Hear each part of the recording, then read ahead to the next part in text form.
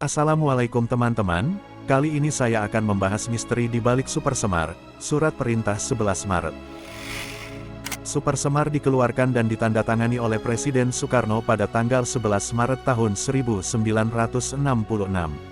Surat ini berisi mandat dari Presiden Soekarno, kepada Menteri Panglima Angkatan Darat Letnan Jenderal Soeharto, untuk mengamankan pemerintahan di situasi politik yang tidak stabil pada masa itu.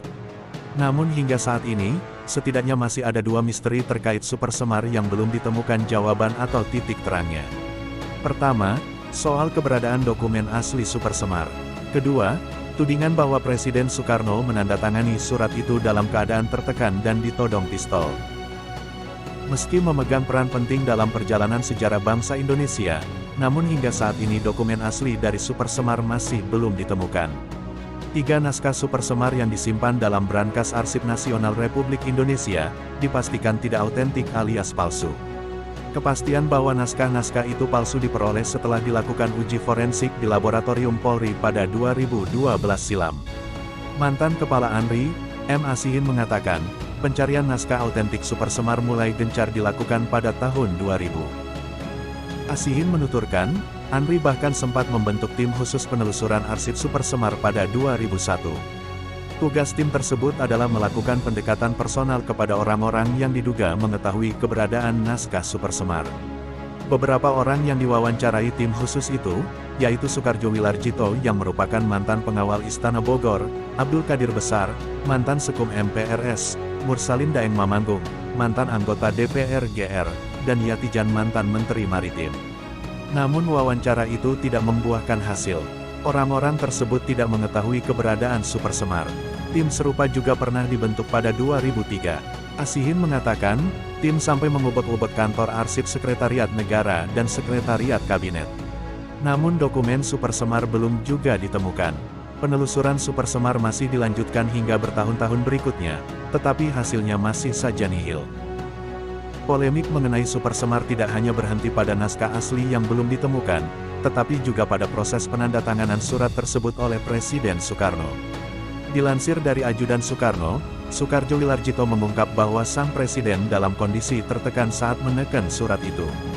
Bahkan dia menyebutkan bahwa Jenderal Angkatan Darat bernama Maraden Panggabean menghadap Soekarno dan menodong pistol FN-46 saat menyerahkan dokumen Super Semar. Penuturan ini disampaikan Soekardjo setelah kejatuhan Presiden Soeharto terjadi pada tahun 1998, 32 tahun setelah berkuasa. Soekardjo menuturkan bahwa saat itu ada 4 jenderal yang menghadap Presiden Soekarno. Mereka adalah para anak buah yang diutus Soeharto untuk mendapat surat mandat dari Soekarno. Keempat jenderal itu adalah Maijen Basuki Rahmat, M. Yusuf, Brigjen Amir Mahmud, dan Maraden Panggabean. Mereka sudah siap membawa map berisi dokumen Super Semar yang disusun oleh Alamsyah dan diketik Ali Murtopo dari Badan Pusat Intelijen (BPI). Soekardjo mengatakan, Basuki Rahmat dan Maraden Panggabean menodongkan pistol ke arah Soekarno, sambil meminta Presiden segera menandatangani surat tersebut.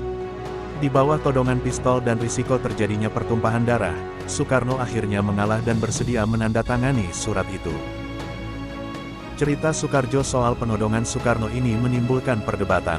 Sebab, selama ini diketahui hanya ada 3 jenderal yang menghadap Soekarno, selain Maraden Panggabean. Maraden akhirnya berbicara kepada media setelah tulisan kesaksian Soekardjo dimuat media pada Agustus tahun 1998.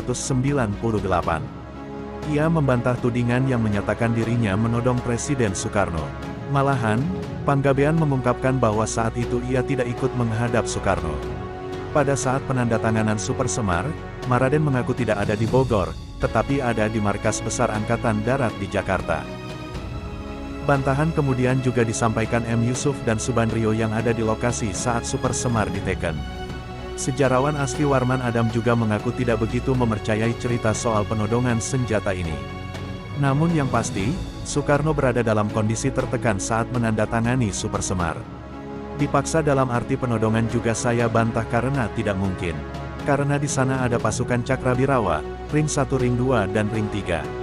Tidak mungkin juga ada jenderal yang berani menodong Soekarno, kata Asfi.